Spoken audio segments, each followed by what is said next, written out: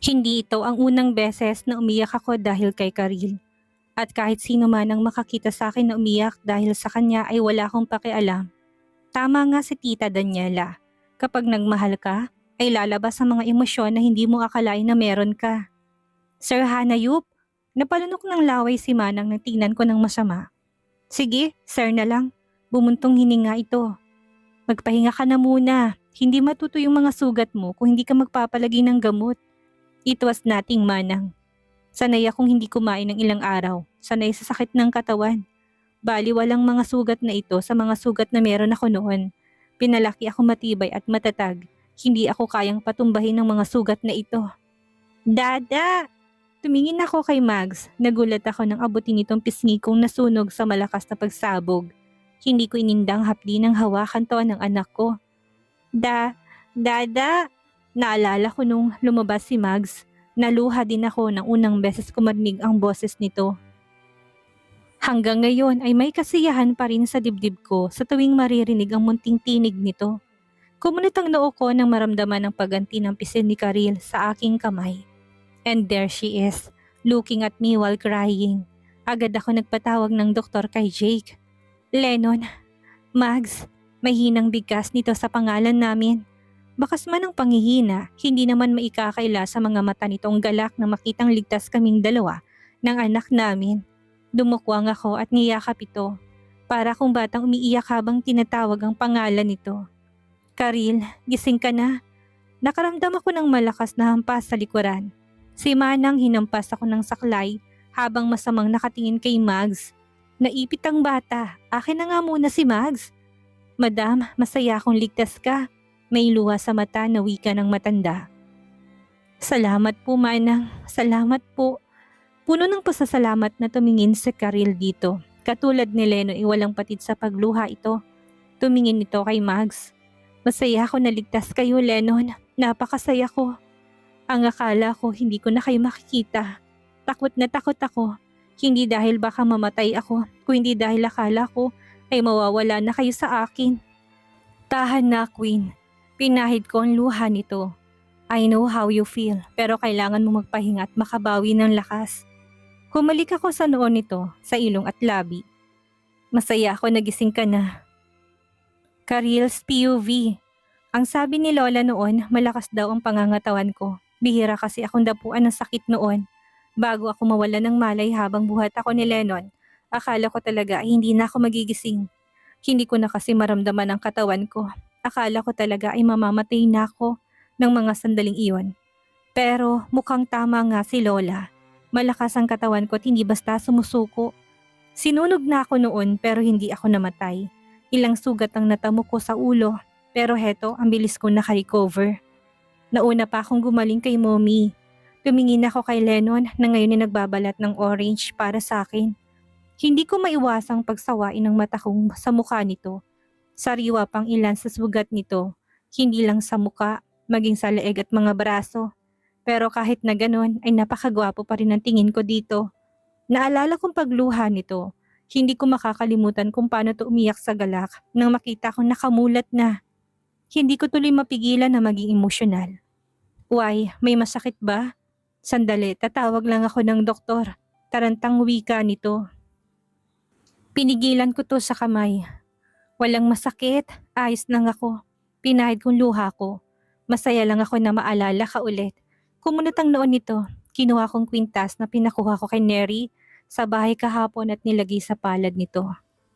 Pwede mo bang isuot ulit ito sa akin katulad noon? Umawang ang labi nito nang makitang kwintas na nilagay ko sa palad niya. Ang sabi mo noon, papakasalan mo ko kahit saan. Kahit sa treehouse pa kung saan kita nakilala. O sa Disneyland pa. Kahit saan ko gusto. How did you? Naguguluhan niya akong tinignan. Pinahid kong luha kong nag-aunahan sa pagtulo. Naalala mo bang sinabi mo rin na poprotektahan mo ko katulad ng ginawa ko? Hinawakan kong ulo ko. Natatandaan ko na hindi ko talaga ito noon nakuha sa kahoy na bumagsak noon. Nakuha ko ito dahil sa malakas na hampas ng baseball bat sa ulo ko nang iligtas ko si Lennon. Nasaan ang humampas ng baseball bat sa ulo ko? Naparusahan na ba siya? Karil, humagulhol ako. Ilang araw kong pinag-isipan kung paano ko sasabihin sa kanya. Hanggang ngayon kasi hindi ako makapaniwala na babalik ang ilan sa mga alaala ko noon. Hindi man lahat pero ang mahalaga ay hindi na ako nangangapa. May patunay ako na ako talaga si Maginda. Ang sabi mo pa sa akin noon, kahit na ayaw mo sa bata, pakakasalan mo ko. Kasi utang mo sa akin ang buhay mo. Ang sabi mo, gagawin mo kong reyna. Nang dahil isa kang Hanson. Tanda mo ba? Umawang ang labi nito. No way. Umiyak na tumango ako.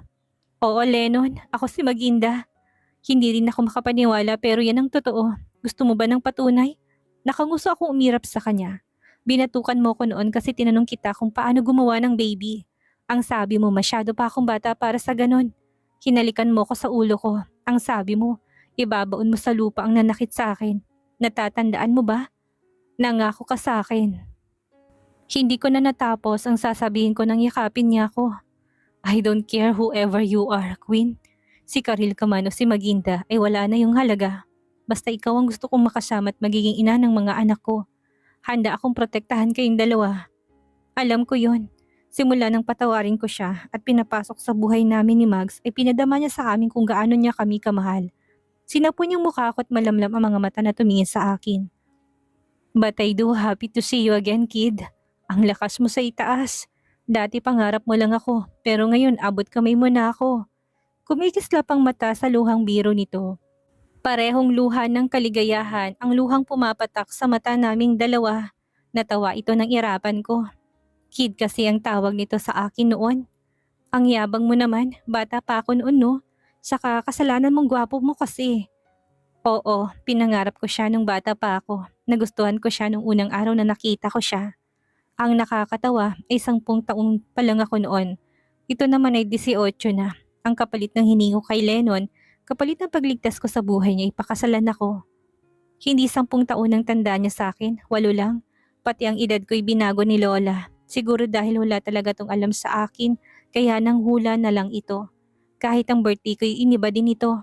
Pumikit ako ng maramdaman ng paghalik ni Lennon sa labi ko. Ang dami kong gustong sabihin pero may mamaya pa naman. Gusto ko na munang namnamin ang halik niya sa labi ko. Tumingin ako sa kamay ko nang maramdaman na may sinot siya sa daliri ko. I know this is not the right time, pero hindi na ako makapaghintay na matali ka sa akin. Hindi ko ito nagawa sa'yo noon. Hindi ako nag-propose sa'yo. Hindi kita niyaya ng kasal ng maayos. Tumingin siya ng diretso sa mga mata ko, pagkatapos isuot ang singsing ng daliri ko. Sa laki ng diamond nito ay sigurado kong mamahalin to. Pakasalan mo ulit ako, Queen. Hayaan mo ko na manumpa ulit sa harap ng Diyos at sa harapan ng lahat na alagaan kita at mamahalin hanggang sa wakas. Hayaan mo ko na manumpang mamahalin kita hanggang sa huling sandali ng buhay ko.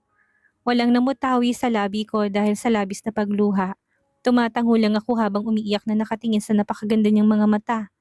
Nang makabawi ako, kumandong ako sa kanya at sinapong mukha niya. Ako mismo ang humalik sa kanya. I love you, Lennon. Kahit sa ang simbahan, ipapakasalan kita. Handa ako na maging reyna mo habang buhay. I love you more, Queen. Nito, sabay ganti ng halik sa aking labi. Dahan-dahan kong hinaplos ang pisngi nito. Hinawakan naman ito ang kamay ko. Pareho na tayong may pilat. Gwapo pa rin bang tingin mo sa akin? Lumunok ito na parang natatakot na marinig ang sagot ko. Ngayon ko lang ito nakitaan ng insecurity simula nang makilala ko siya. Sa bagay, sanay ito na perpekto ang balat. May pilat man ito ngunit wala sa muka. Hindi katulad ngayon na halos kalahati ng muka nito ay puro pilat at sugat. Halos natanggal din ang isang buong kilay nito sa kabila. Pumikit ito ng haggan kung sugat niya sa kilay at pisngi. Kahit na minsan ay hindi ka pumangit sa paningin ko. Kahit na mapuno pa ng peklat ang katawan mo, Lennon, ay mamahalin pa rin kita. Sa kanilaplap kong lips mo na may sugat pa eh. Nagdududa ka pa? Biro ko pa. Kumunot ang noon nito. Nilaplap? Tumango ako. Oo, tinorid nga, mga ganun. Paliwanag ko pa. Napahalakhak naman ito ng malakas. Alright, tumatangong wika nito. Pilyong tumingin ito sa akin. Don't worry, Queen. Kaya pa rin naman kitang dalhin sa langit kahit na ganitong mukha ko. Langit? Naalala kung paano niya sambahin ang sa pagitan ng hita ko sa tuwing nagtatali kami. Hinampas ko siya. Leno naman, ang bastos mo ah. Hinalikan niya ako sa leeg kaya napatili ako. Sabay kaming napatingin sa pinto nang bumukas ito. Pumasok si Manang na nakasaklay. Nang makita nitong ayos namin ay nanunuksong nagsalita ito. Ahem! Nasa ospital pa kayong dalawa at wala sa bahay. Tumingin ito sa akin. Siya nga pala madam, gising na si Mrs. Aguas.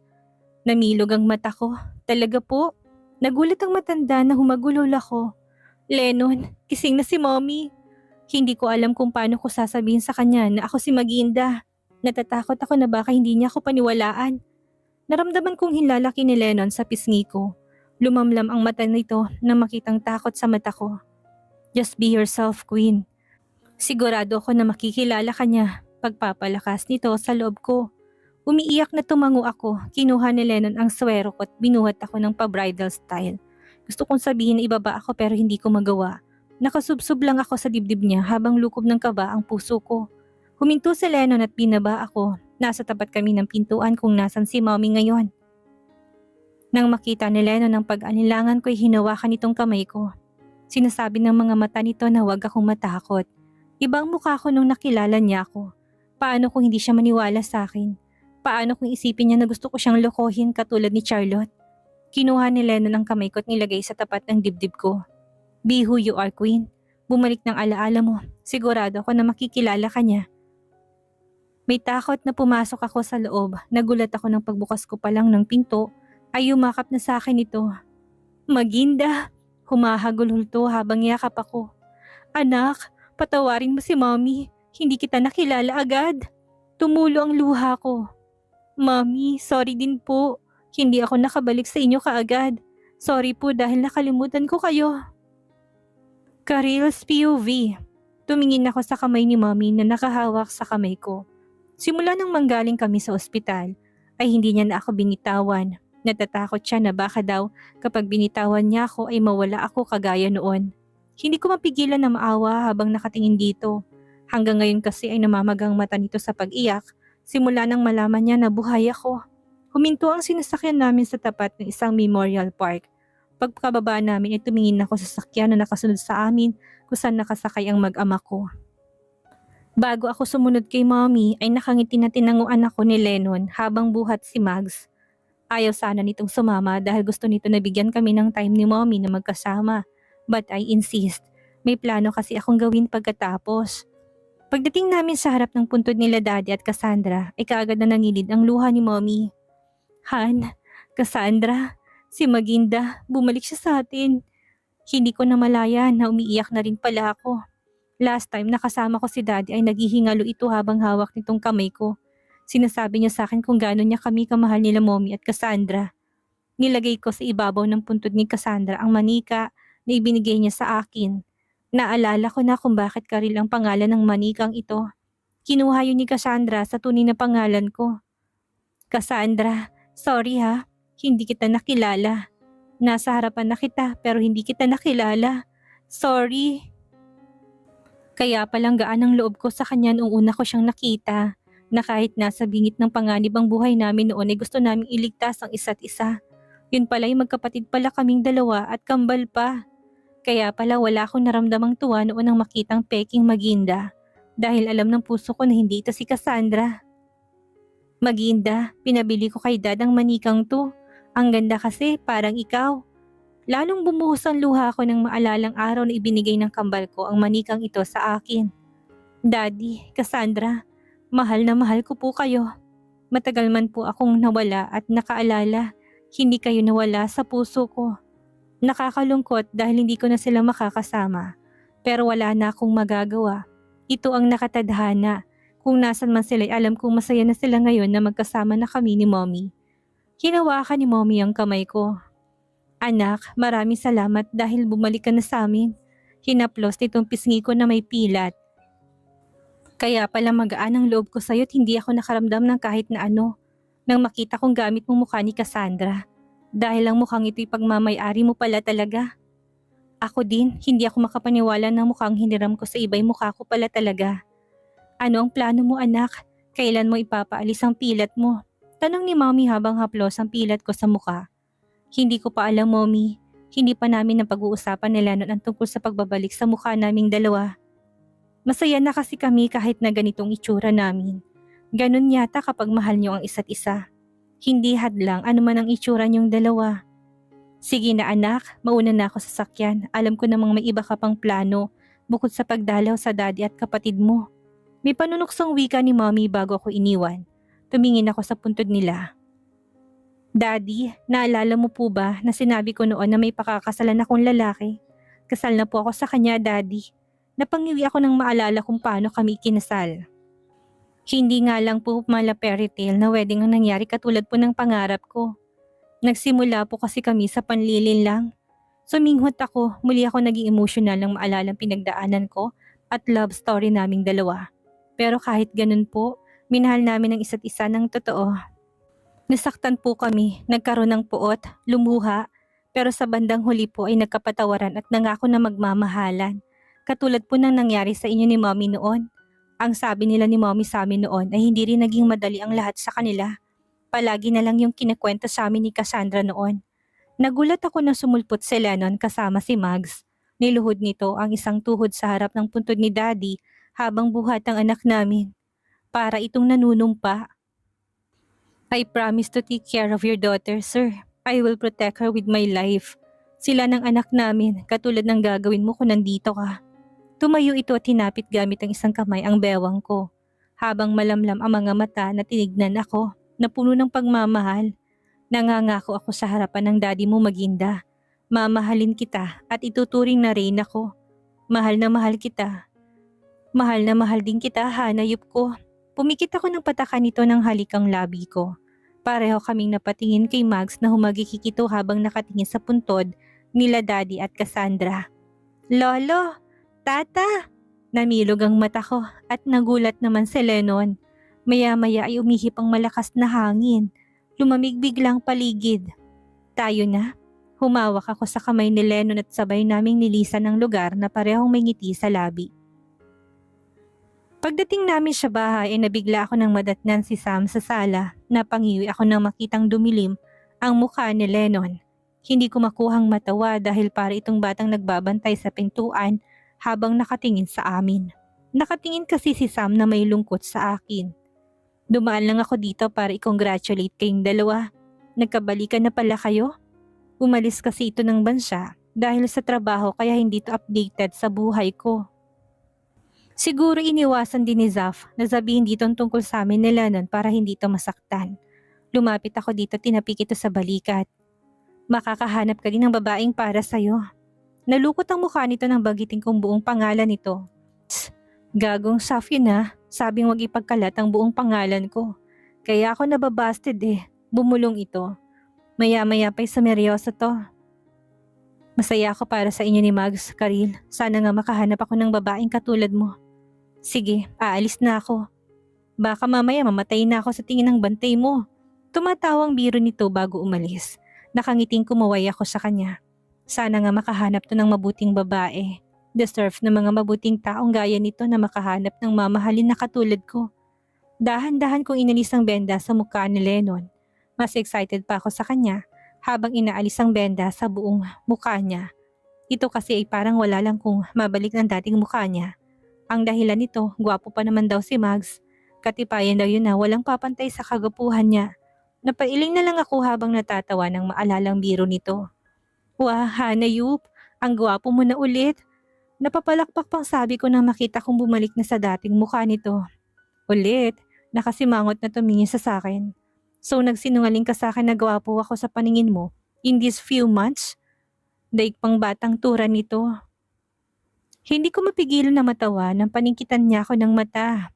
Gwapo ka, okay? Pero mas gwapo ka na lalo ngayon. Ninusok kong mukha niya sa salamin kung saan nandoon ang napakakisik at napakagwapo niyang refleksyon. Para ka ng Hollywood actor ulit. Kamukhang kamukha mo na ulit si Mags. Tss, gusto mo lang yata akong pakasalan dahil gwapo na ako ulit. Hindi agad na tanggi ko. Umikot ako't kumalong dito. Mahal kita kahit na magmukhang unggoy ka pa. Saka hindi naman mukhang tinitignan kapag nagmamahal ka. Husay yung nararamdaman dito sa puso. Nilagay kong kamay niya sa dibdib ko. Minahal mo nga ako kahit nalaman mong pangit pala ako. Lumamlam ang mga mata nito habang nakatingin sa akin.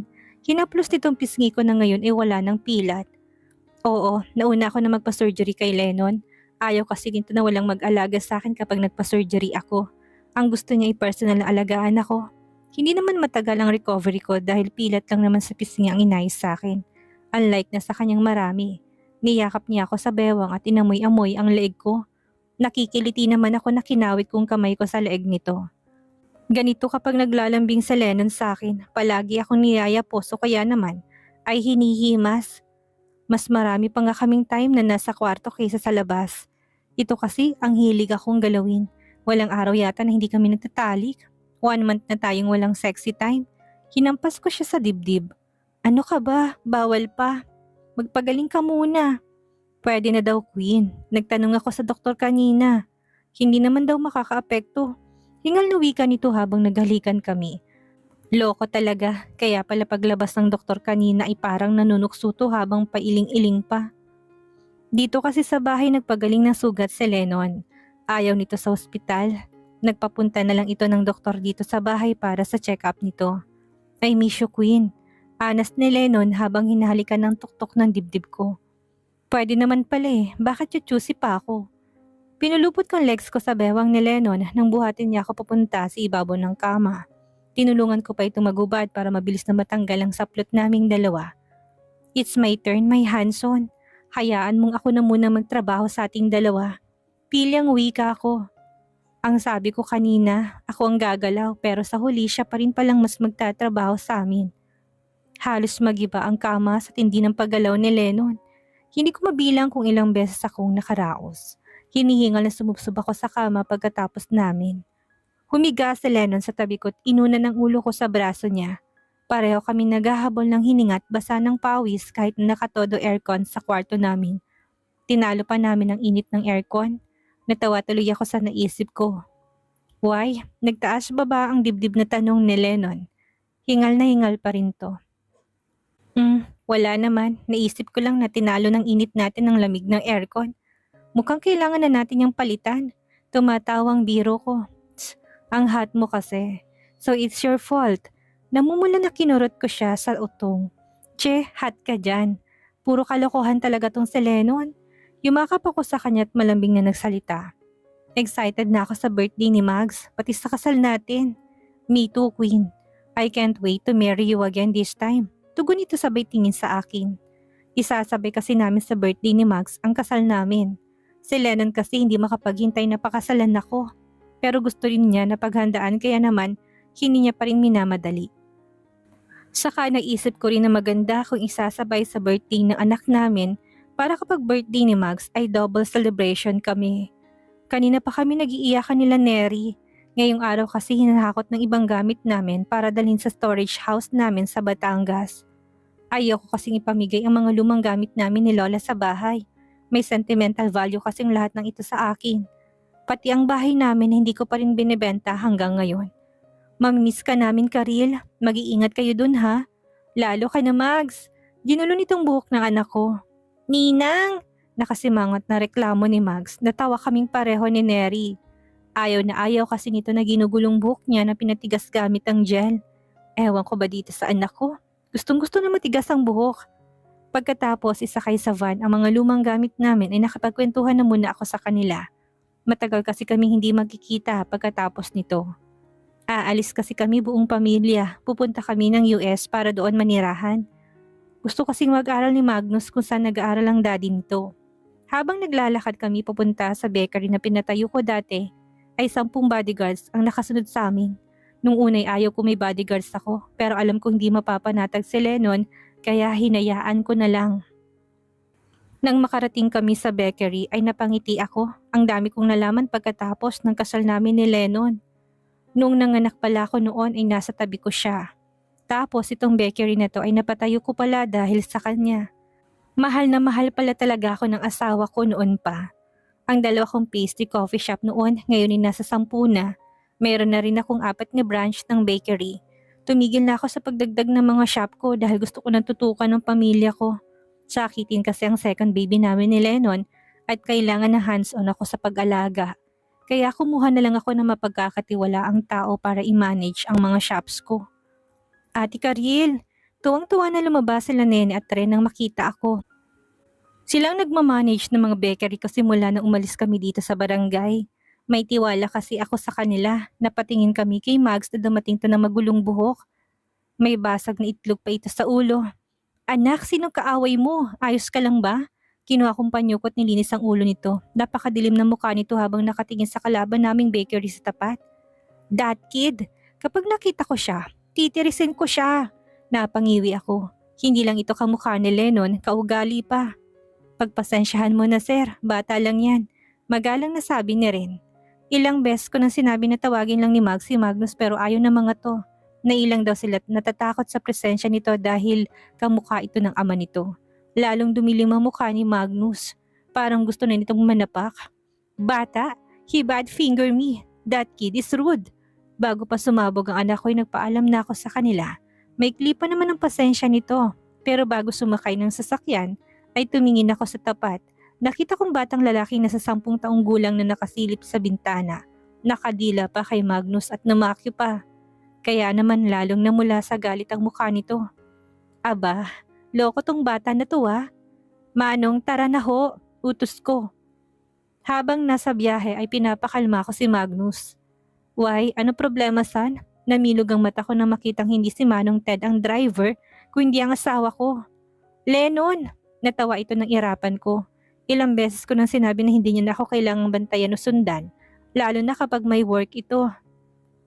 Pero hindi talaga ito marunong makinig. Iniwan na naman ito ang trabaho. Sa bagay, marami naman ang gagawa noon para dito. Hininto nito ang sasakyan at pinalipat ako nito sa tabi nito. Kahit na naiinis ako sa ginawa niya ay napangiti na lang ako at sinupil ang kilig ko. Ang sabi ng iba, nagbabago daw ang mga lalaki kapag matagal na kayong nagsasama. 17 years na kaming kasal, meron na kaming 2 anak pero hindi pa rin to nagbabago. Habang tumatanda kaming dalawa ay lalo tong nagiging protective sa akin at sweet. Tumingin ako kay Lennon, napakagwapo pa rin ito kahit nagkaedad na. Parang hindi ito tumanda. Nang lumingon siya sa akin ni kumindat ito, he even mouthed, I love you, na araw-araw niya sinasabi sa akin. Kinikilig naman na sinabi kong I love you to rin. Pagdating sa bahay ay nandun si Tita Daniela. Naririnig kong pinapagalitan nitong bunso naming anak, mukhang may ginawa na naman itong kalokohan. Nang makita ko nito'y agad itong yumakap sa bewang ko. Mami! Nakapamewang na tumayo si Tita. Iha, finally dumating ka na rin.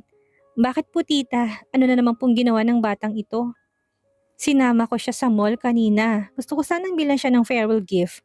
Bago kayo umalis ng bansa, hindi pa tapos si tita magsalita nang tumakbo na si Kirk papunta sa ama para magtago sa likuran nito.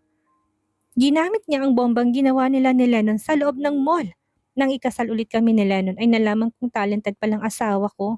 Marunong tong gumawa ng mga dead weapon na siyang naman at nakahiligan ng bunso naming anak na si Kirk. Namutla si Lennon ng tingnan ko. Sinabihan ko na itong huwag konsintihin ng anak namin pero ang tigas talaga ng ulo nito. Oh, it looks like someone will be sleeping outside the room. Tura ni Mags na nakangisi sa ama. Sa basement kayong matulog ngayong mag-ama. Nagprotesta ang dalawa, ngunit walang nagawa. Tatawa-tawa naman ang panganay namin.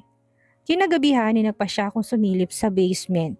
Natampal kong noo ko, wala si Kirk dito. Sigurado ako na nasa kwarto to ni Tita Daniela ngayon. Spoiled kasi ang mga anak ko nito. Gaano mang kalaki ang kasalanan ng mga anak ko'y pinapatawad agad to ni Tita. Umupo si Lennon mula sa pagkakahiga nang makita ako. Hindi pa pala ito natutulog. Hinawakan itong kamay ko at malambing na hinila ako. Wala na, tunaw na ang galit ko nang yakapin niya ako. Dito na po nagtatapos ang kwentong pag-ibig ni Lennon at Karil. Maraming salamat po sa lahat na sumuporta at sumubaybay. Muli ay magkita-kita po tayo sa susunod pa nating mga istorya.